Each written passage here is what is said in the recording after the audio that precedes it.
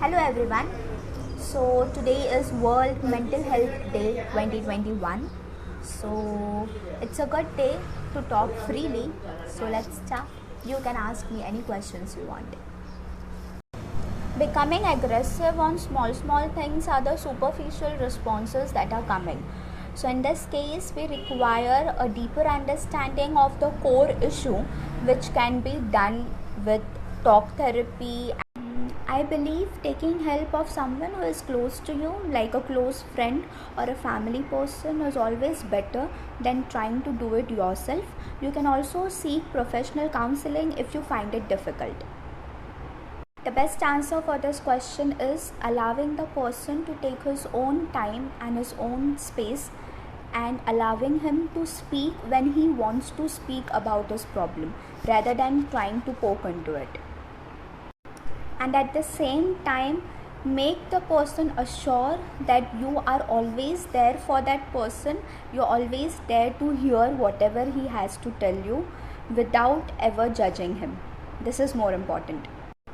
In that case, give the person his own time, but make sure that you are in touch with that person, you are in contact with that person, you don't leave that person alone. Two answers for this. First, we need to understand what is the reason behind their depression, and different people can have different reasons, so going forward according to the reason. By making the youngsters realize that they don't compare themselves with each other, they learn to celebrate their own uniqueness, their own talents, their own successes, and accept themselves as they are. Medicines and therapy both have their own roles. It depends on the diagnosis and the severity of mental illness. Sometimes therapy is enough, but sometimes we need the help of both medicines and therapy. Best way can differ for different people, because there are many ways which we can adopt to achieve our mental well-being. I would like to share some of my favorite ways. Most common ones: meditation, healthy diet, exercising. My favorite ones: having your own me time, having self-talks, becoming your own best friend, sharing values of kindness and compassion.